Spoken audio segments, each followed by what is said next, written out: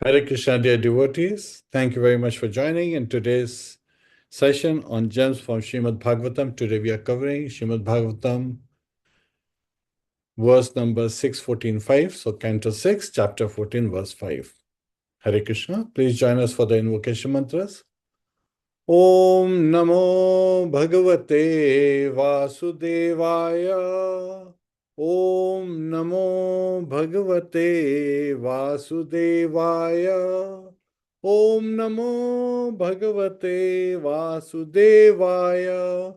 Narayanam Namaskritya Naram Chaiva Narottamam Devim Saraswatim Vyasam Tato Jayamudiryet Shravtam Swakatha Krishna Punya Shamana Kirtanaha Hridayantastho Bhadrani Vidhunoti Suhasatam Nashtaprayeshu Abhadreshu Nityam Bhagavata Sevaya Bhagavatir Uttam Shloke Bhaktir Bhavati Nashtaki. Hare Krishna, dear devotees. I'm going to share my screen.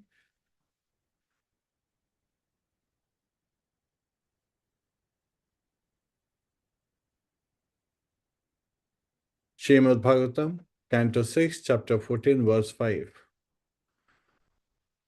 Muktanam api siddhanam narayana parayana sudurlabha prashantatma koteshva api mahamune. Translation and purport by His Divine Grace A.C. Bhaktivedanta Swami Srila Prabhupada.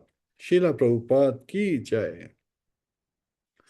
O great sage, among many millions who are liberated and perfect in knowledge of liberation, one may be a devotee of Lord Narayan or Krishna.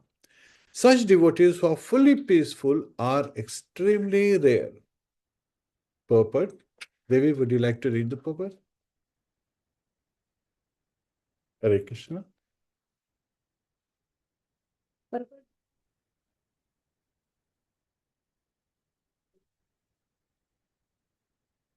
Vishwanath Chakravarti Thakur gives the following purport to this verse. Simply desiring mukti or liberation is insufficient. One must become factually liberated. When one understands the futility of the materialistic way of life, one becomes advanced in knowledge, and therefore he situates himself in the Vanaprastha order, unattached to family, wife, and children. One should then further progress to the platform of sannyas, the actual renounced order, never to fall again and be afflicted by materialistic life. Even though one desires to be liberated, this does not mean he is liberated. Only rarely is someone liberated. Indeed, although many men take sannyas to become liberated, because of their imperfections, they again become attached to women, material activities, social welfare work, and so on. Jnanis, yogis, karmis, devoid of devotional service are called offenders. Sri Chaitanya Mahaprabhu says, Mayavadi Krishna Aparadhi. One who thinks that everything is Maya instead of thinking that everything is Krishna is called an Aparadhi or offender. Although the Mayavadis, impersonalists, are offenders at the lotus feet of Krishna, they may nonetheless be counted among the Siddhas, those who have realized the self. They may be considered nearer to the spiritual perfection because at least they have realized what spiritual life is. If such a person becomes Narayan Parayan, a devotee of Lord Narayan, he is better than a Jivan Mukta, one who is liberated or perfect. This requires higher intelligence. There are two kinds of jnanis.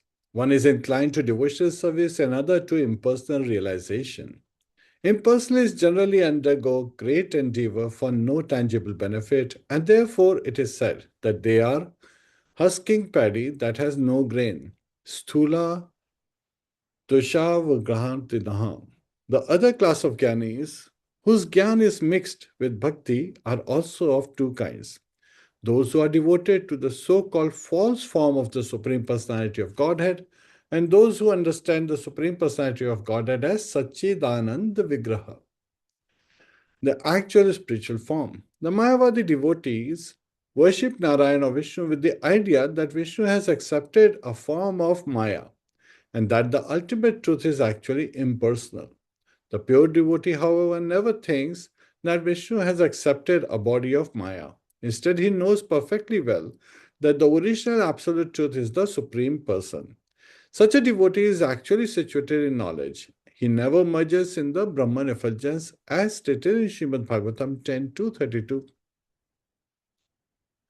O Lord, the intelligence of those who think themselves liberated but who have no devotion is impure. Even though they rise to the highest point of liberation by dint of severe penances and austerities, they are sure to fall down again into material existence, for they do not take shelter of your lotus feet. Evidence of this same point is also given in Bhagavad Gita 9:11, where the Lord says,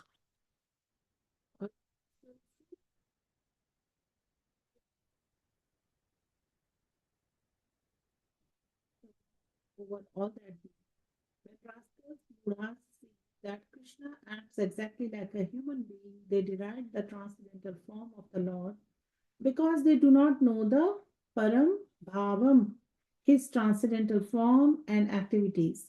Such persons are further described in Bhagavad Gita, chapter 9, verse 12. Those who are thus bewildered are attracted by the demonic and atheistic views. In that deluded condition, their hopes for liberation, their fruitive activities, and their culture of knowledge are all defeated. Such persons do not know that Krishna's body is not material. There is no distinction between Krishna's body and his soul, but because less intelligent men see Krishna as a human being, they deride him. They cannot imagine how a person like Krishna could be origin of everything. Govindam Adi Purusham Tamaham Bhajami. Such persons are described as moghasha, baffled in their hopes. Whatever they desire for the future will be baffled. Even if they apparently engage in devotional service, they are described as moghasha because they ultimately desire to merge into the Brahman effulgence. Those who aspire to be elevated to heavenly planets by devotional service will also be frustrated because this is not the result of devotional service. However, they are given a chance to engage in devotional service and be purified. Shravam Sokatha Krishna Punya Shama Kirtana Hridantastohya Bhadrani Vidhunuti Sahasakam. Sri Krishna, the personality of Godhead, who is the Paramatma Supersoul in everyone's heart and the benefactor of the truthful devotee, cleanses desire for material enjoyment from the heart of the devotee who relishes his messages, which are in themselves virtuous when properly heard and chanted. So, Prabhuji, is this a very long purport? yes, Can you scroll down so we can have an idea? that's it. Okay. Unless the dirt within the core of one's heart is cleansed away, one cannot become a pure devotee. Therefore, the word sudurlabha, very rarely found, is used in this verse, not only among hundreds and thousands, but among millions of perfectly liberated souls. A pure devotee is hardly ever found. Therefore, the word koteshva api are used herein. Srila Madhvacharya gives the following quotations from the Tantra Bhagavata. There are 90 million demigods and 70 million sages who are all called Narayana, devotees of Lord Narayan. Among them, only a few are called Narayana Parayana. The difference between the Siddhas and the Narayan Parayanas is that direct devotees are called Narayan Parayanas, whereas those who perform various types of mystic yoga are called Siddhas. Hare Krishna. Hare Krishna, dear devotees. Thank you, Devi. So beautiful puppet, and as Srila Prabhupada says, these are his transcendental ecstasies. Please join us in the recitation of Srila Prabhupada's Pranam Mantra and seeking blessings from the Acharyas. Om Namo Bhagavate Vasudevaya. Namo Vishnu Padaya Krishna Prishtaya Bhutale Srimate Bhakti Vedanta Swami Niti Namine Namaste Saraswate Deve Gaurvani Pracharine Nirvishesha Shunyavadi Paschatya Deshtarine Om Jnanatimrandasya Jnananjana Shalakaya Chakshurunmilitam Yena Tasmai Shri Guruve Namaha Mukam karoti vachalam pangum langhayate girim yat kripa tadaham vande Shri Gurum Dina Taranam. Hare Krishna, Krishna Krishna, Hare Hare, Hare Rama, Rama Rama, Hare Hare. Hare Krishna, dear devotees. So, some amazing aspects as we are going to discuss in this verse. So, this powerful verse that we just read today, it reveals how we can deepen our faith and devotion. So, every verse is actually bringing us closer to Krishna to help us understand why liberation without bhakti is incomplete. Bhukti mukti siddhi kami sadeva shanta. Krishna bhakta nishkami ateva shanta. So in Chaitanya Charitamrita, we hear this verse that those who are looking for bhukti, means enjoying the material sense objects, material engagement, mukti, even liberation, and siddhi, those who wants to attain various kind of capabilities to wander from one planet to another just by a thought, instantly be able to travel and get various kind of siddhis, various kind of mystical powers. They are all kamis. They are all, seeking. They are all lusties. They are lustfully chasing these various goals in their life. That's why they are constantly disturbed, ashanta. While Krishna Bhakta is nishkama, does not expect anything for oneself, is not lusty, because they are Narayan Parayana. They are engaged in Lord's devotional service, seeking to serve the Lordship. And that sweetness is what is making them shanta. Because Lord Krishna, what does he say in Bhagavad Gita? The peace formula is Bhoktaram yagatapsam sarvalok maheshwaram sudhiram hridam sarvabhutanam gyatva mam shantim richati. So Bhoktaram yagatapsam, Lord Krishna is saying that I am the beneficiary of all yagya tapasam, yagyas, all sacrifices, tapa, all austerities. Sam is all these activities, charity included. And Sarvalok Maheshwaram, that Lord Krishna is the supreme proprietor of all material and spiritual universes, everything that can be. From Ant to Brahma, everyone is a servant of the Lord. And Sridham Sarva Bhutanam. So he's the best friend. So sometimes when we hear this, sometimes it's very nice to hear on the surface that everything that was happening is, of course, being done in the course of time. And Lord Krishna says, time I am devourer of all things. So that must be happening good because it's helping us overcome our tendencies in this world. These are various short exams that we are taking one after another. And it helps us see how stable are we in our service to Lord Krishna, or how. So again, it is not Maya that is attracting us. It is Krishna who wants to attract us. We become attracted by Maya because of our desires, because of the impurities in our desire. So how aligned, how focused we are. So this verse is helping us deepen that faith, that devotion. Understanding why liberation, mukti, without bhakti is incomplete. And that's why one who's seeking mukti or liberation, in this case, is ashanta. They are always disturbed. And why pure devotion is the summit of spiritual evolution. So this is very important that we have to focus on. When we chant, we should chant with full attention that, my dear Lord, my dear Mother Radha, please engage me in your devotional service because it is a privilege, it is not a right. Sometimes, people give this example that when you get into admission into a college, there's a general tendency of students to think That yes, getting admission to college is our responsibility, getting out of the college is college, faculty's responsibility. Not always true in this spiritual life, because we see various different examples. And let's look at why Parikshit Maharaj is giving all these elaborate description to Shukdev Goswami. So this is a conversation between Parikshit Maharaj and Shukdev Goswami that is happening at the bank of Ganges in Yamuna. So again, Yamuna Tattva, which is Delhi. And this conversation is happening during the 7 days that Maharaj Parikshit is fasting until death. And Shukdev Goswami appears and he's reciting Bhagavatam. And what might he have said that is encouraging Maharaj Parikshit to give such examples, because there is actually an inquiry hidden in it. So we hear from Bhagavad Gita, of course, that was spoken much before to Maharaj Parikshit's grandfather, who was none other than Arjuna. Arjuna's son was Abhimanyu. Abhimanyu's son is Maharaj Parikshit. So he has already heard.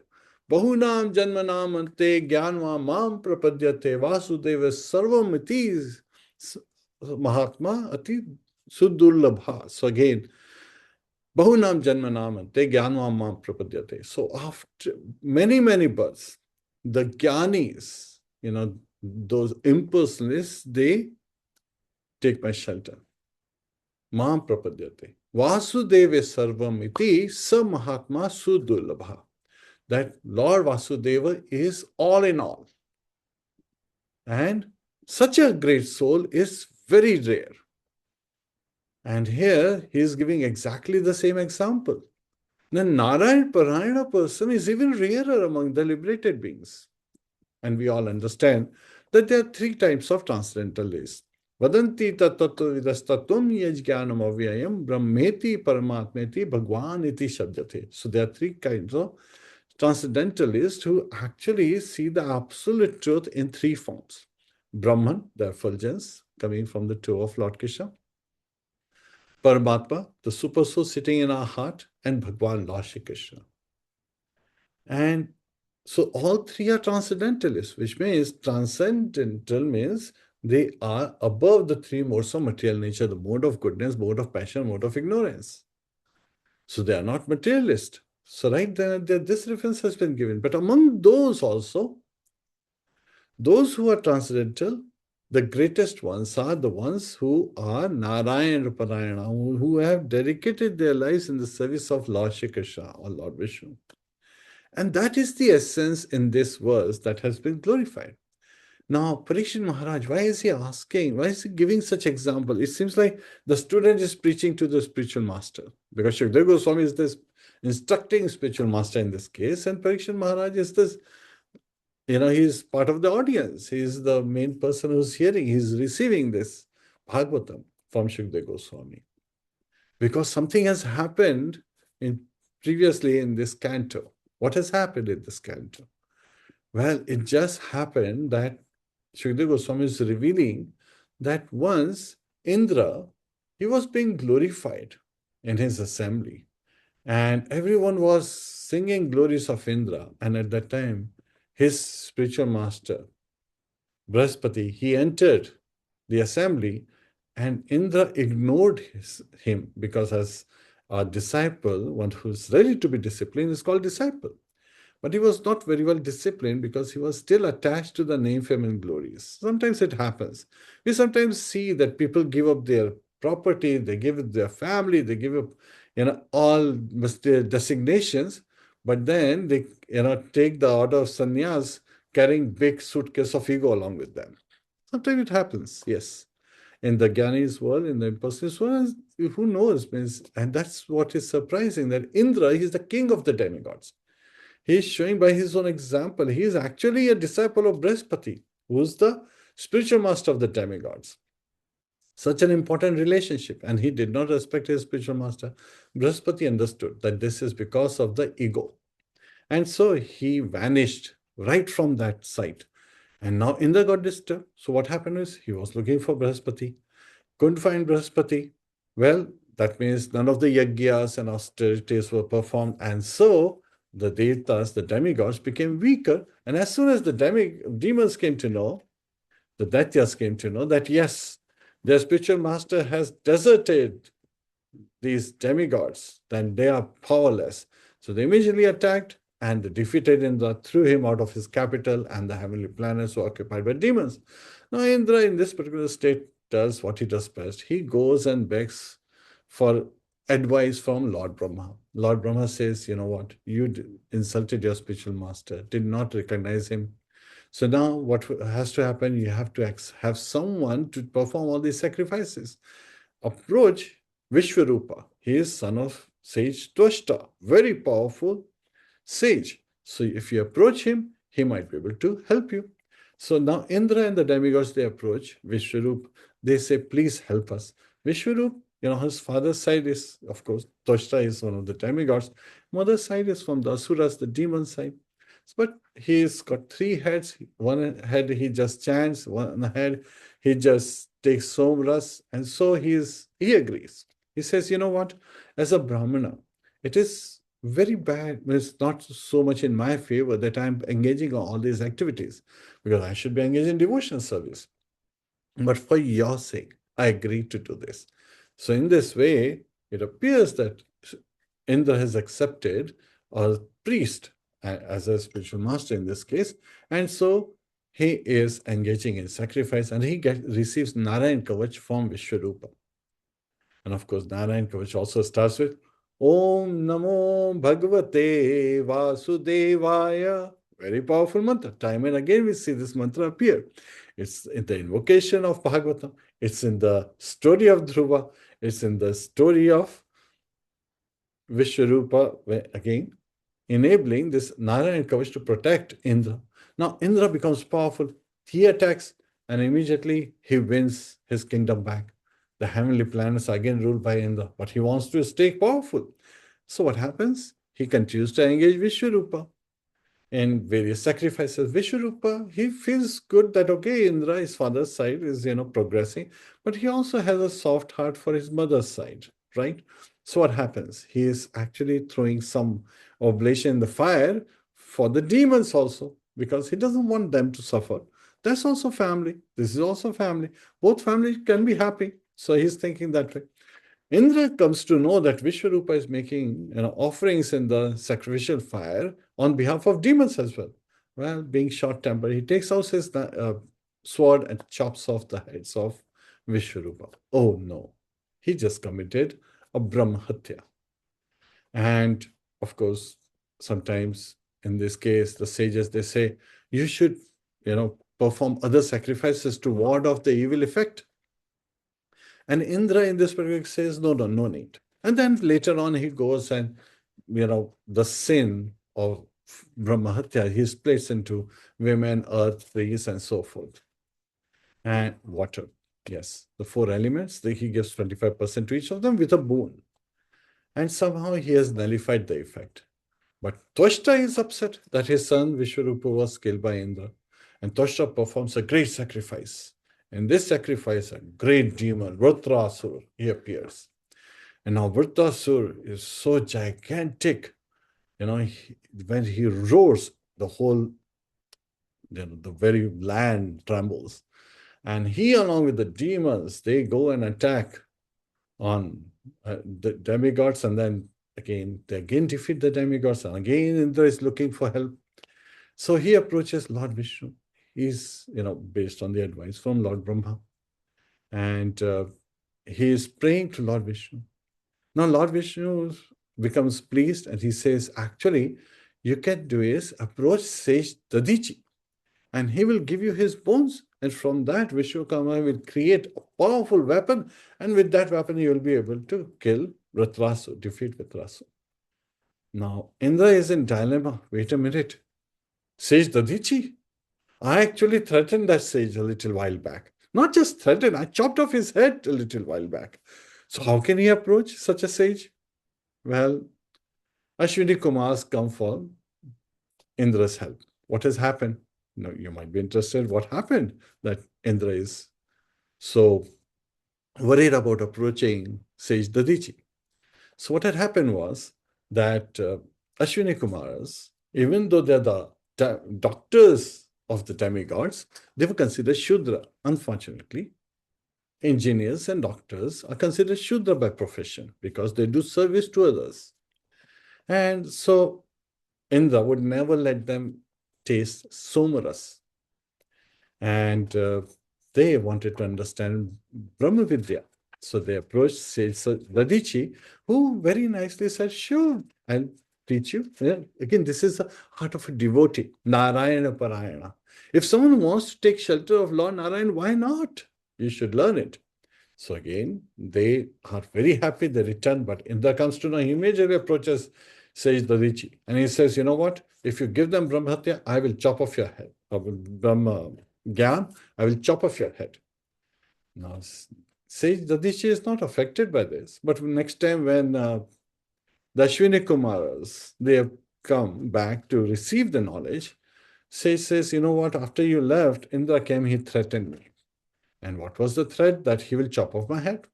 Ashwini Kumar looks at him, okay, that's fine. What we'll do is we'll preserve your head, put a horse's head instead of your head. Indra will come when you give us the knowledge. He will chop off your head, which means the horse's head, and we'll bring your head back.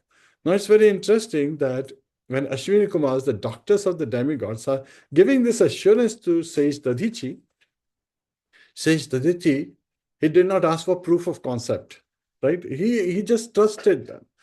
And that is sweetness of a bhakta. He's more interested in giving the knowledge. If someone has a solution, that's well and good. If someone doesn't have a solution, you know what? We are completely surrendered at the lotus feet of Lord Krishna. So in this mode, Sage Tadichi, completely relying on Lord Krishna's mercy, agrees to give them the knowledge. Well, lo and behold, they actually replace his head with a horse's head. So when he is giving the Brahma Gyan, it is also called Ashwa Vidya because it's given through the mouth of a horse. And Indra, he's in anger, and people go blind in anger. He doesn't pay attention whose head it is. He says, oh, Sage Dadichi has done this. He takes out his sword, like he did for Vishwarupa later on. Earlier, he had actually chopped off the head of Sage Dadichi. Now, the Ashwini Kumars nicely bring out the original head of the Sage Dadichi and place them, and he's recovered. And they are very grateful that he has given them this knowledge. And Sage Dadichi is also very happy that, these nice demigods can now experience Somaras. So he knows that actually behind this, there is a material motive. But this is what the sweetness of a devotee is. Srila Prabhupada was like that as well. When he came to New York, in Queens area, and he met Michael and others who are, at that time, are now known as Mukund Maharaj, again, His Holiness. He met them and they were interested in learning Sanskrit. They wanted to learn Sanskrit because Sanskrit is the ancient Vedic, language. And he said, yes, please come to the class.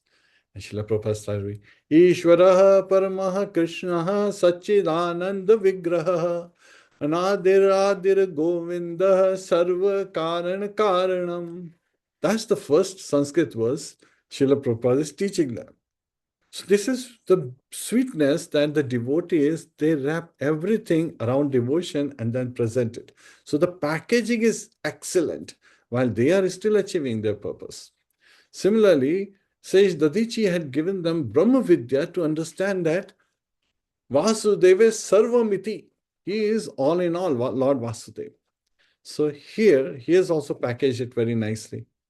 Sometimes we see the example of Vibhishan. When Ravana saw that on the walls at Vibhishan home, everywhere is written Ram, Ram, Ram, Ram, he got upset. Oh, my brother, my own brother is an ally of my enemy, of my opponent. So he came to Vibhishan. He said, what do I see? Everywhere it is Ram, Ram at your home. Vibhishan says, no, you are misunderstanding my dear brother. This is Ravana Mandodari, Ravana Mandodari, Ravana Mandodari, Ravana Mandodari. Ravana was so impressed, he said, Ram should be written on every wall of every house. So sometimes the packaging is very important. So here, when Dadichi had given this knowledge, of course, they wanted to experience the taste of somaras, but in reality, they experience what true liberation is, and it is always coming through devotion, through service to the Supreme Personality of Godhead. Now, how can Indra approach the sage? So, Ashwini Kumaras, they approached the sage and said, "My dear sage, you are also a instructive spiritual master, and it is worse than death for us to ask you of your bones." Now, Sage Dadichi, he's in a joking mood. Sometimes devotees, they are very interesting. You're asking for their lives and they easily give it. So Sage Dadichi says, you know what? At the time of death, there is like so much pain. I said 60,000, scorpions are, what do you call it? Biting you. So those kind of examples he's giving, and they're feeling worse, and then he says, but everything has to be used in Lord's service. Lord Vishnu gave you this solution, so I must give my bones to you. So he gladly gives his bones for this purpose, so that Indra can receive Vajra, his thunderbolt weapon made by Vishwakarma, which is built with the powerful bones of Dadichi Rishi, Sage Dadichi. Well, now Indra goes to the battlefield with this Vajra on his Eravat. And on the other side, Vrutrasura is there with all the demons. And as the fight goes on, it's very interesting that in the very beginning itself, Vrutrasura, he knocks off Vaj out of the thunderbolt, out of Indra's hand. And Indra is now feeling ashamed that he dropped his weapon. Vrutrasura at that time gives him instruction that pick up your weapon. And he's showing the example of a perfect Kshatriya. So first, that is impressive. Second is, right then and there, Vrutrasura glorifies the Supreme Personality of Godhead. Now everyone, not just Indra, everyone on the battlefield is shocked that actually they're thinking this is a demon, but actually he is a great devotee of Lord Krishna, Lord Vishnu. Now, but Indra is so much attached to his kingdom that he continues to fight. And of course, as it happens, Vrutrasura, he chops off, Indra chops off both the arms of Vrutrasura. And then finally, Vrutrasura engulfs but this Narayan Kavach in the stomach. Indra is still saved by the Narayan Kavach, and he tears off. And again, he appears from the stomach of Vrutrasura and cuts off his head. But Vrutrasura was already in meditation onto the Supreme Personality of God, and he has already received liberation, mukti, but with bhakti. While here, Indra, having killed Vrutrasura, receives the material kingdom, the heavenly planets. So now I have tried to summarize it, but of course, as we understand, this is important to understand that Maharaj Parikshit is saying it is very rare for someone to be Narayan Parayana. And I'm shocked that Vrutrasura was Narayan Parayana. He is that rare soul. How could it be possible? He was a demon. Demons are always disturbing. How could it be possible? So please help me understand. So now we are looking at today's verse from the perspective of acronym Mukti. M-U-K-T-I, where M means misunderstood liberation. So again, we should not be looking for Siddhi or Kami or just Mukti, the merging into Brahman, because what's the purpose? The intention should be very clear, and the intention of all these three areas of Karmis, Siddhis, and impersonalist is, to get godly experience, to heavenly experience, to enjoy material senses. So liberation is misunderstood. So mukti without bhakti is incomplete. And actually, it is more harmful.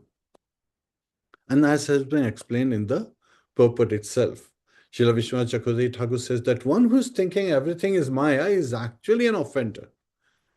Because everything is actually Krishna. And we should be engaging everything in Krishna's service. Whatever we have received, Ishavasya principle, of course, Ishopadesha, second verse itself, first verse itself after the invocation mantra. That is showing us that whatever we have been given is to be engaged in Lord's service, because it is given to us by Lord's mercy. Even this body that we have received is by Lord's mercy. His instruction to Arjuna were very clear. Yat karoshi yadashnasi yad juhoshi tadasi yat tapassasi kaunteya tat kurishva madarpanam. Yat karoshi, whatever you do, and we do activities through three ways: mind, body, and words.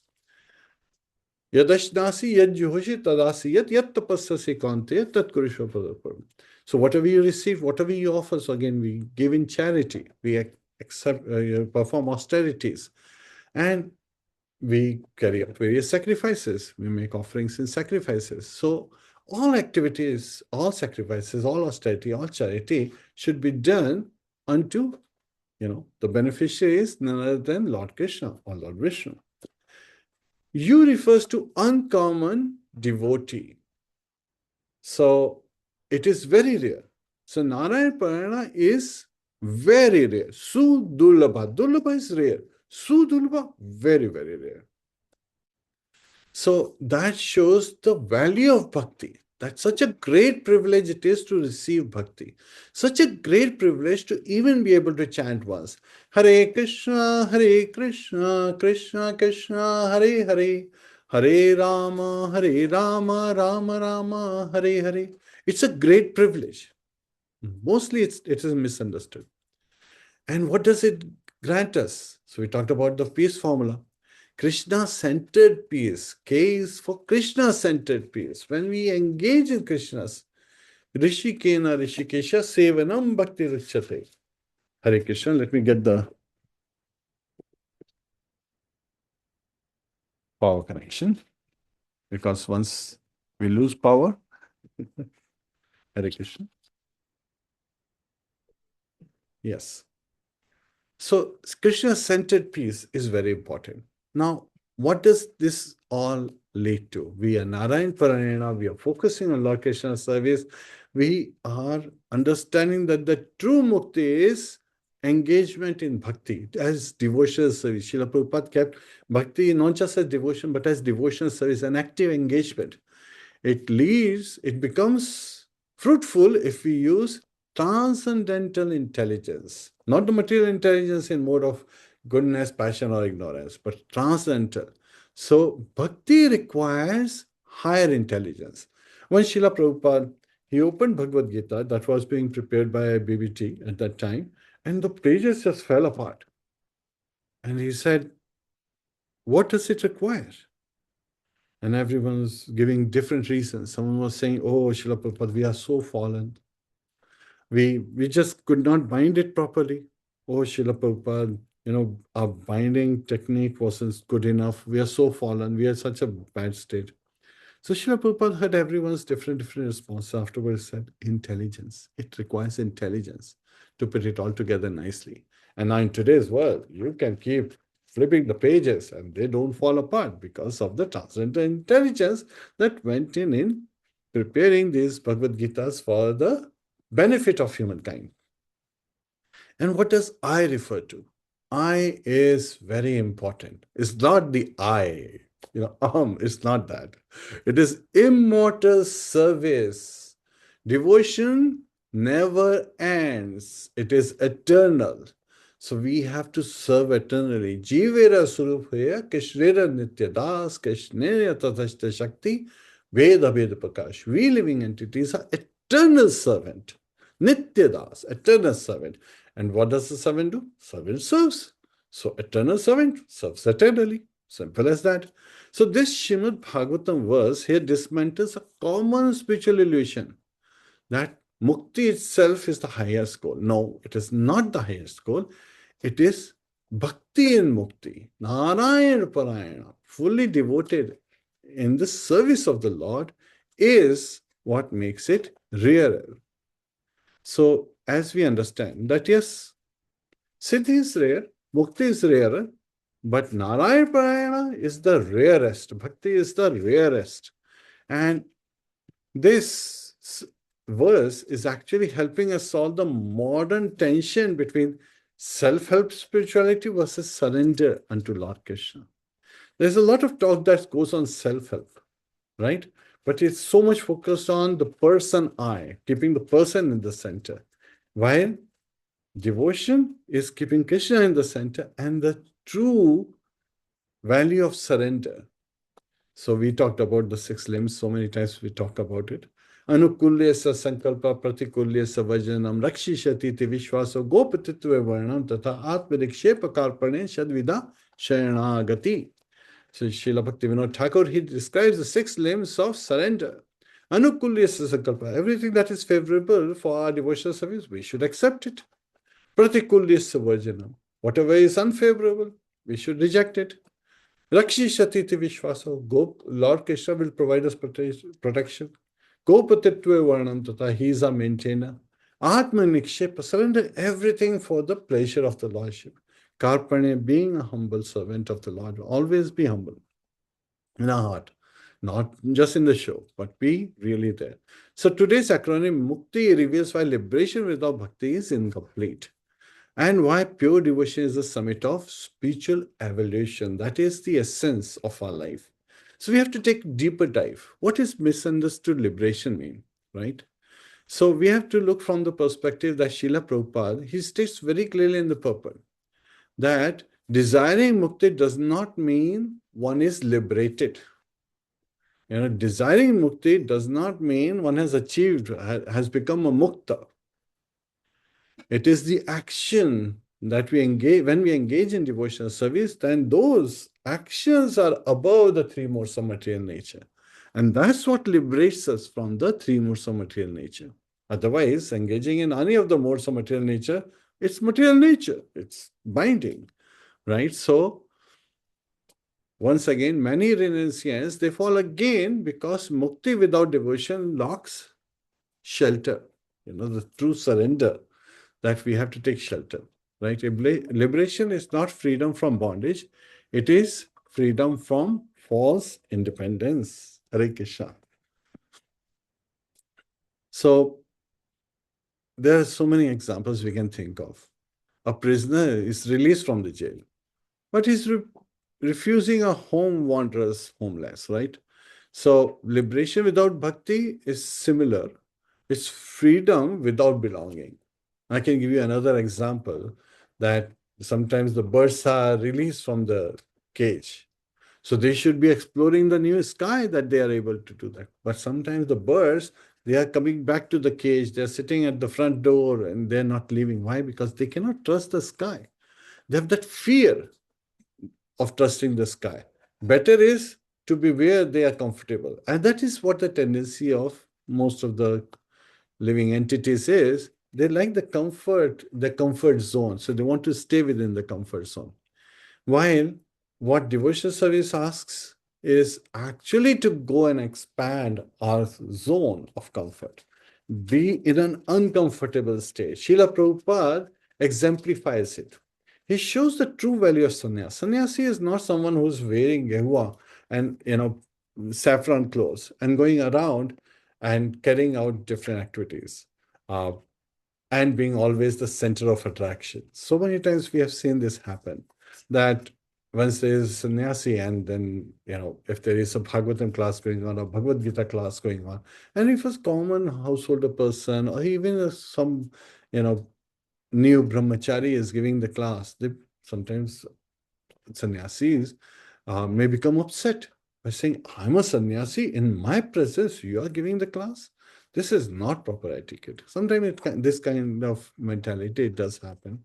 And it is sad because rather, Srila Prabhupada, he would encourage his disciples to go ahead and give class. And he would attend their class and help them understand. And he would question them so that they become better in delivering the Krishna conscious message to others. This is preparation. This is a soul in preparation to be able to share the great gift, the rarest gift that we have received. So true sannyasi is not, Srila is again Bhagavad Gita also, Lord Krishna says, one who does not light the fire, which means one who does not encourage others to become Krishna conscious. So again, this is also a subtle aspect that we see sometimes. We should understand that a true sannyasi doesn't have to be wearing saffron. A true sannyasi could be a grihastha. Lord Brahma, when he speaks, Narada takes a back step. He says, my father is speaking, but even greater than a Mahajana is speaking. And when Lord Shiva is speaking, everyone is listening because Vaishnava Nam Yatha Shambhu is the greatest of all the Vaishnavas. And he's wandering in places where dead bodies are burned. And he's sometimes even having those ashes on his body. But his heart is pure. People are looking at the external impurity, forgetting that his heart is the purest of all living entities. So we do not know sometimes person by their external appearance. And that's what is shocking to Maharaj Parikshit. He is looking at Vritrasura. He is saying this is a demon. This is against Indra. And how do we understand? Just in the beginning of Bhagavatam, third chapter of the first canto itself, Shukdev Goswami had something very interesting. That Indrari Vyakulam Loke Mridayanti Yuge Yuge. So again, Lord Krishna is appearing. Krishna Swadhama Pajate. Oh, that's a different verse. So he's saying that Lord Krishna is the true, original Supreme Personality of Godhead, and he appears again to annihilate the enemies of Indra. So Mridayanti Yoga, he appears millennium after millennium. Yet in this particular case, this Vritrasura is the devotee. He is getting true liberation in engaging in devotional service of the Lord. And Indra is staying in this world. So actually, from the battle, it surely appears that Vritrasura is the winner and Indra is the loser. Because Indra is here while Vritrasura has gone to the spiritual world. And that's the destination. Parikshit Maharaj himself is looking. So he's having this doubt. How to clarify this doubt? So that's something we are exploring here. So misunderstood liberation is very important for us to understand, right? We don't want to be in a state where the renunciate who renounced everything except ego, right? Bhukti without humility is binding in nature. A yogi who achieved samadhi but couldn't tolerate devotees. Can you imagine? Like, how can there be peace without love? A peace without love is very fragile. It is very disturbing. And a sannyasi who returned just for prestige, desires, they hide well, but then they surface often. And a jnani who he calls God impersonal, and he is Brahman, but loves his own ideas. That is subtle attachment, showing that this impersonalist is thinking, how can I become God? And a devotee who feared losing bhakti more than losing mukti. That is the correct priority. We have so many examples of devotees, Western devotees, going to India in Vrindavan and staying there. And there was one great painter. She was not able to chant on her beads. And she was like, I painted all my life. My hands were always the source of my activities. And now I can't chant. She was regretting that her hands have become useless and she cannot even chant on the beads. So this ability to chant on the beads, on Tulsi beads, is a rare gift that we have received. But sometimes we take things for granted. And we assume that, yes, everything is going so well and everything will continue to go so well. Well, life has its own plan, right? So I have my plan, you have your plan, as His Holiness Jayapataka Maharaj says, and Krishna has his plan, whose plan will finally be executed. Of course, Maya is not your servant, Maya is not my servant, she is Krishna's servant. Devi Hiesha Gudumai Mama Maya Duratyaya Mame Vya Prapadyante Maya Amitam Tarantite. Devi Hiesha Gudumai. So this material energy of mine is Gudumai, of course, mode of passion, goodness, and ignorance. Mama Maya, this is my energy, Lord Krishna is saying. Duratya, very difficult to overcome. Ma may be a prapanta, but those who surrender to me, Maya me tam taranti, they can easily cross over it. So, here today, we are trying to understand with this, acronym, Mukti, right? As how this powerful verse is revealing to deepen our faith and devotion. How to not misunderstand what true liberation is. True liberation without bhakti is incomplete, actually is dangerous, right?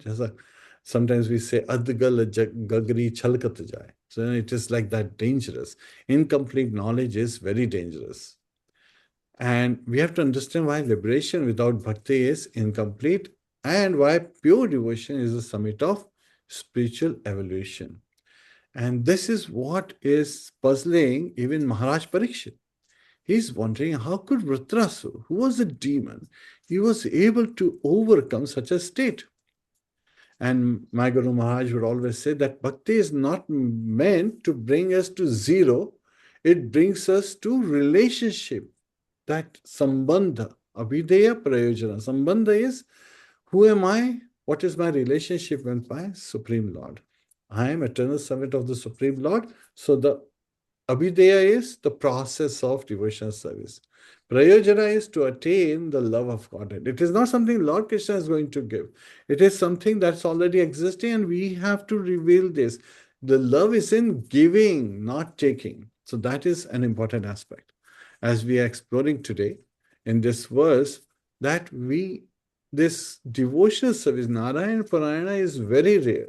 So this is uncommon devotee, as an example of Vratrasura. And of course, Shukdev Goswami now in response would continue to elaborate on the past history of Vratrasura, who was actually Chitraketu, King Chitraketu, who became materially entangled by the mercy of say Narad and Angira, he understood Vasudeva Sarvamiti, and so he became even the ruler of Siddhalokas and other planets. So again, and here he unknowingly, as sometimes it's very interesting that sometimes an action is performed innocently, but others may feel offended.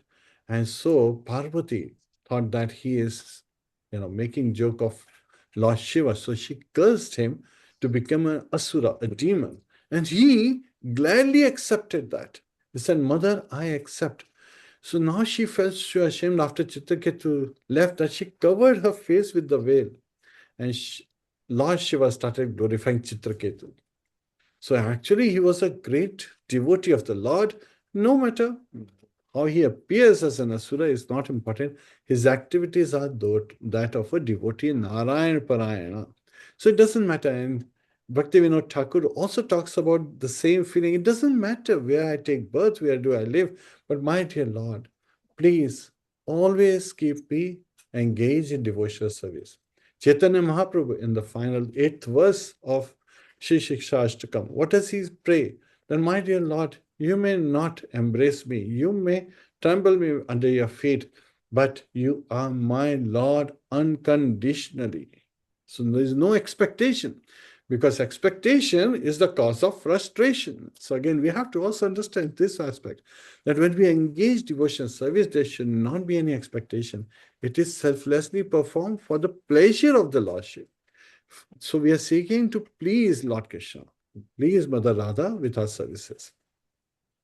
And such an uncommon devotee, Narayan Parayana, this mood enables us to come to that next level, where we are looking at Krishna-centered peace. So a person who doesn't have expectations cannot be frustrated and is completely peaceful because his only motive is to please Lord Krishna. And to please Lord Krishna, he is engaging in activities, devotional service, which means he engages his intelligence. Again, all things that we have received from this material nature, which is the 5 gross elements and the 3 subtle elements. Intelligence happened to be one of the 3 subtle elements. Of course, mind, we should always meditate, focusing on the pleasure of Lord Krishna. But the intelligence has to be employed. And what is the final I referring to?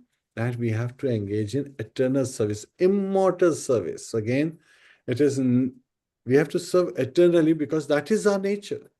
If we are eternal servant, all our activities should be service unto Lord Krishna. So this is where I would like to bring your attention today, my dear devotees, that this particular verse is revealing, and Srila Prabhupada is also identifying it from Srila Vishwanath Chakravarti Thakur's purport. In his purport, he is elaborating as how jnanis are offenders, and he's talking of two kinds of gyanis. One is inclined to devotional service, and the other in impersonal realization. So the kind of gyanis who are inclined to devotional service are actually, you know, they are said again, they are devotees, never thinks that Vishnu has accepted a body of Maya. They understand that there is no false form of the Supreme Personality of Godhead. Why? Because they are using transcendental intelligence, not the material intelligence of Mayavadis or impersonalists.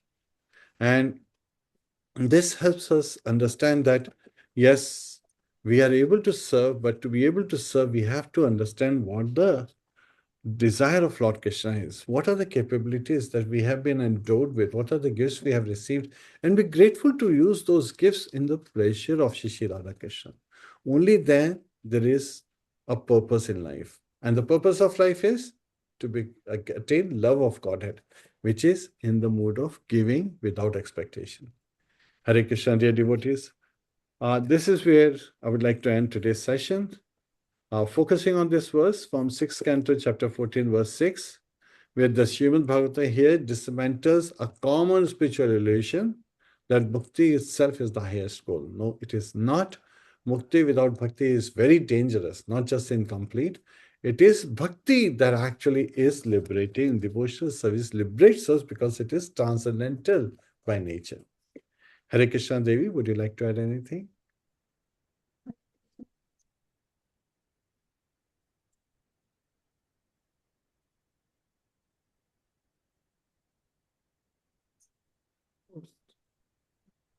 We read in translation, and then Prabhupada very nicely, repeatedly, he makes sure that by this Shravan and Kirtan, we really understand it well.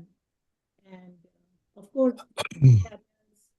commentaries are also helpful. I remember being raised in India from childhood. I have always heard mukti, liberation, as goal of life. Very commonly, people talk about it. They will talk about siddhi. They will talk about mukti, but bhakti, you know, very rare souls. They have the mood for it and they understand it very well. Like Prabhupada says, actually, he's actually helping us understand better that dharma, arth, kam, moksha, they walk behind a bhakta as maidservants. So, using this acronym Mukti, M-U-K-T-I, M is Mukti with a misunderstood liberation. You nicely explained how rare are such souls, Narayan Parayan souls, uncommon devotees, and K, which I understood was Krishna-centered peace, and this is cultivated through practice of devotional service and surrender. T for transcendental intelligence, spiritual intelligence, because bhakti requires higher buddhi. And of course, I, immortal service, immortality of that, eternal service, because devotion means to serve eternally. So this, as usual, this is another gem from Srimadbhagavatam. And at this point, we are past the time, but if anyone else has any comments or any questions, quick questions we can address, please raise your hand. Hare Krishna. Niru Mataji, go ahead. Hare Krishna Mataji, Hare Krishna Prabhuji. Please accept my humble obeisances. Prabhuji, in today's discourse, you spoke about bhuktas, muktas, and siddhas, and they come up to the level of pure devotion later. Yes, am I right? It's very interesting that you said, because everyone has to come over finally to devotional service. So, yes. again, So, they are Prabhuji, transcendentalists, and in due course of time, it may be revealed. But if they commit offenses, they go away. And if they continue Okay. to make an effort, then they come closer. So it's like they're on the journey, but sometimes they get diverted because of offenses, go back and forth. But if mm, mm, the ones who merge into the Brahman effulgence, Srila they Prabhupada and lose. Vishwanath Thakur, they actually said that those who merge into effulgence finally fall down back in the material world. Okay. So So there it's is only no hope for them. based on just that thought that they want to merge into Brahman and become God, it doesn't solve the purpose, because in Brahman there is no activity going on. And we are active beings by nature. So we are in a different element. The nature of that element of Brahman is different than what our true nature is. We are eternal servants. We want activity, we want service. And that's why they again fall down, they again get attracted by material energy and fall back to this material world. And by the mercy of a devotee, that they have Agyas Sukriti or Sadhu Seva they engage in, that they are able to engage in devotional path.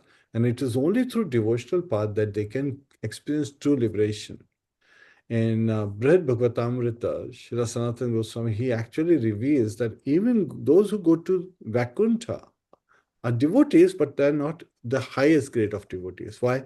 Because they still have that mood of awe and reverence. Like you go to work and you have an official relationship. It's not the same relationship you have at home. The same relationship, same personality is Lord Vishnu in Vaikuntha, but he's Krishna in Vrindavan playing with his cowherd voice. Hare Krishna. Does that clear your doubt? Yes. Hare Krishna. Yes. Thank you, Prabhuji.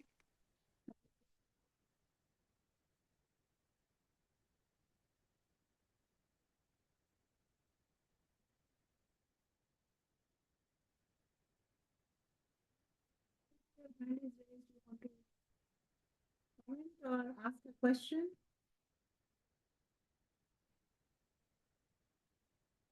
Probably, I think. Hare Krishna Prabhuji, I have a question. There you said the bhakti requires higher intelligence, but what I know scientifically that intelligence is inherited. So means it is there means the intelligence we inherited. So how do one get higher intelligence if it is inherited? Means very whatever I have means how will I understand the deepest messages of the scriptures with my such the intelligence which has been provided by me to the God. So how do I increase it? Because it is what is I have mixed. Even I try the level best, I will not get into the deepest and I get into forgetfulness most of the time. That yes, whenever I'm into miseries, I get into forgetfulness that the Supreme Lord is there to help us and He's just Supreme Lord. Separate points. Thank So, you, Prabhuji. yes, Hare Krishna, Monika Mataji. So, you actually reveal all those three aspects that in this material world, we are in some level of ignorance. We have limited intelligence, which is the subtle intelligence that we have received and learning from the subtle elements as well as the gross elements in this material world. And we attain knowledge, which is material knowledge, but how do we get spiritual knowledge? So, this is the verse in Bhagavad Gita that Srila Prabhupada, it was one of his favorite was, Sarvasya chaham hridisandivishto mattah smritir jnanam apohanam cha. That I am residing in everyone's heart, and from me comes smriti, remembrance, jnanam, knowledge, and apohanam, ignorance. So when we engage in devotional service, you know, engage in the pleasure of Shri Radha Krishna, and which starts simply with the chanting of the holy name. Hare Krishna, Krishna Krishna, Hare Hare, Hare Rama, Rama Rama, Hare Hare. And engage in this world, understanding that everything is Krishna. And my intention is to serve Krishna, not get attracted towards them or to enjoy, but to serve. When we approach everything around us with this mood of gratitude, to be Narayan Parayana, to be looking at tushti of Lord Krishna, to satisfaction of Lord Krishna for his pleasure, without having any expectation, then Lord Krishna, as a compassionate father, he very gladly gives us the transcendental intelligence so that we can understand. Even Srila Prabhupada, it was very interesting that he went to a material doctor, and the doctor said, you know what, looking at your heart condition, you should walk daily. So Srila Prabhupada started walking daily, and sometimes he would be walking so briskly that even the 19 and 20-year-old young American and European boys had hard time keeping pace with him. So this is Chanakya's insight also. So again, we should understand Chanakya said that we should accept knowledge even if the person who's sharing that wisdom may not be a very rich person, or even if there is gold in garbage, we should accept it as us. So here, it is present all around us. We just have to be open to receive Krishna's mercy. Hare Krishna. Devi, would you like to add anything? So, very brief comment I want to add additionally. Material intelligence makes us think, how can I be happy in this world? And spiritual intelligence makes us think, how can Krishna be pleased through me? Yes.